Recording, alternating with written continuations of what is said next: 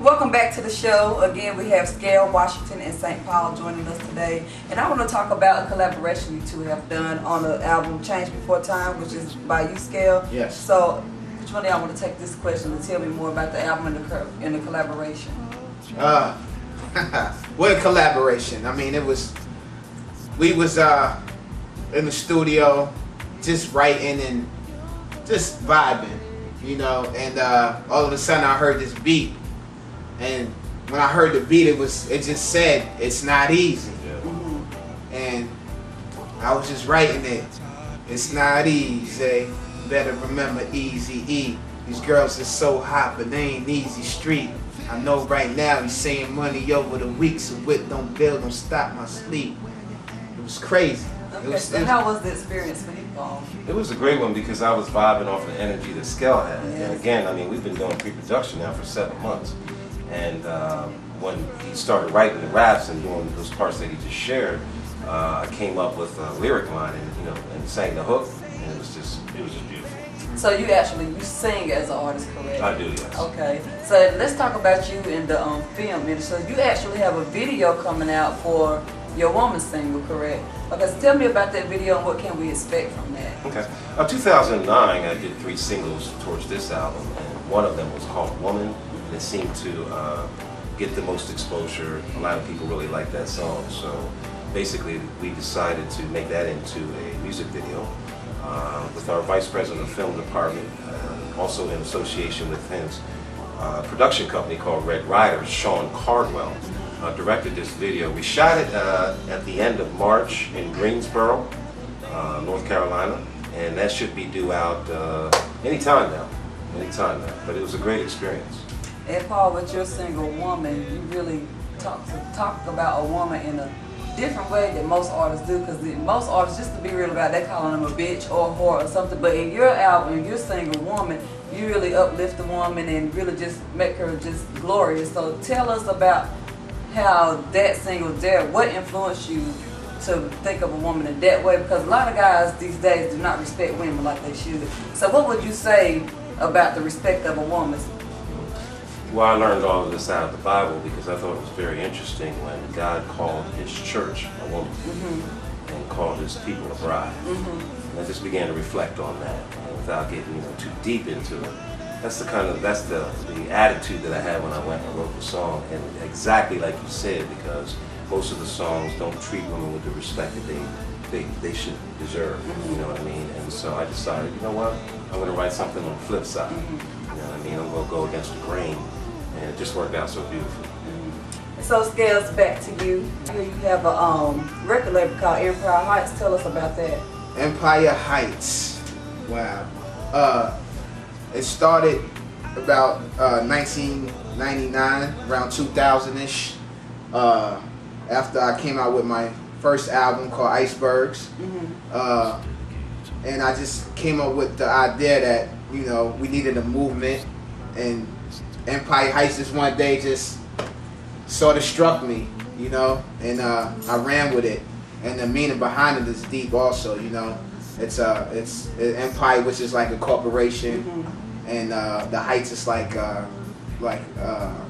taking over, like escalating, So I put the Empire Heights together, and it basically means to take over a corporation. So you're also, not only are you a singer, but you're a songwriter as well, CEO of Dove Entertainment. So do you write all of your songs on your album, or have you had any help with anybody else?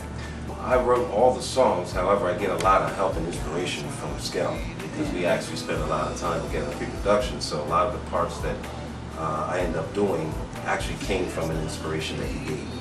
Okay. Let's talk about the underground that's here in Charlotte, North Carolina. The underground scene in Charlotte is difficult.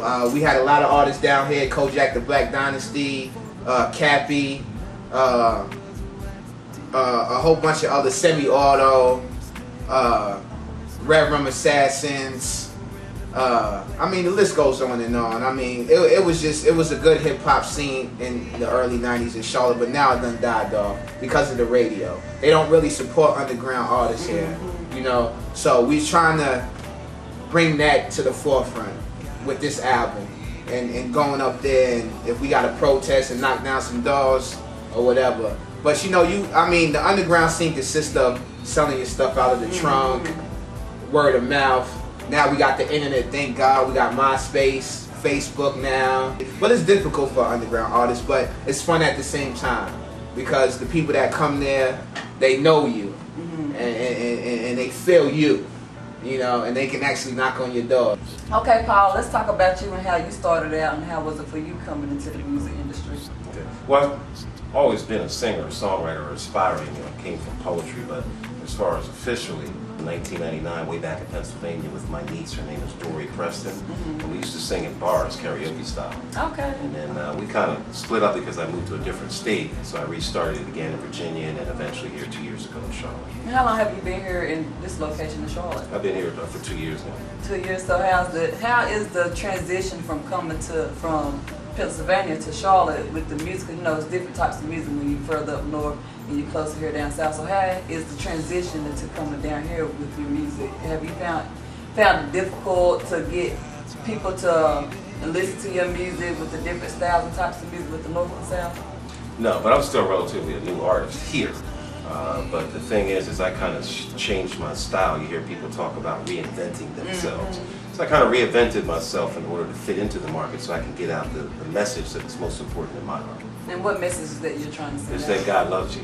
I know that's right, yeah. So Skell's the same question I just asked Paul, because you're from New York, you know, you've been down here longer than Paul has. So Right. how has it been for you transitioning into the music scene down here to do what it is up north? Yeah, well, I really don't focus on the music part of it. The aspect is life first for me.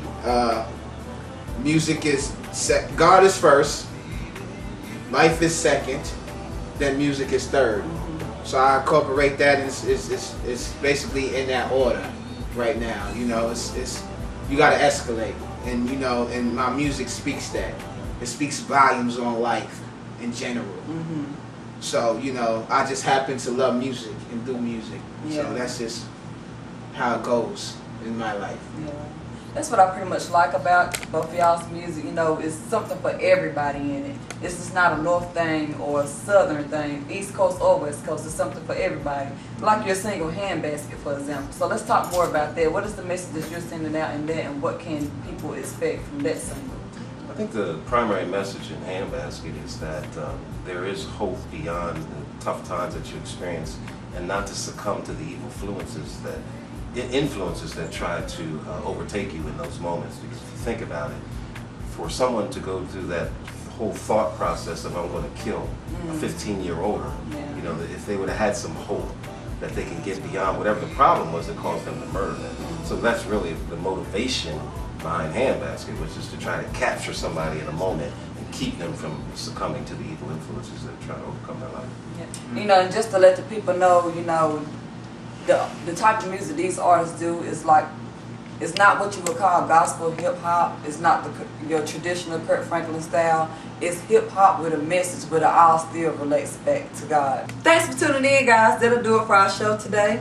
I want to give a special thanks to Thyatira Brown, located in Salon D Envy at 602 West Sugar Creek Road for the hair. And I also want to thank Jasmine Young for providing the wardrobe. And for more information about our artists, you can check out Skell's at MySpace/Empire Heights.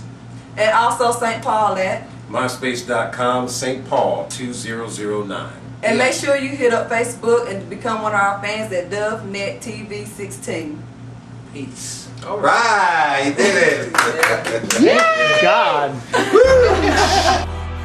Long and lovely lady, and what the Lord created, I think you're gonna make it. I come to celebrate it. See what you went through, all you had to do, and all of the pain that the Lord brought you through. Now here you stand on this mountaintop, I speak forever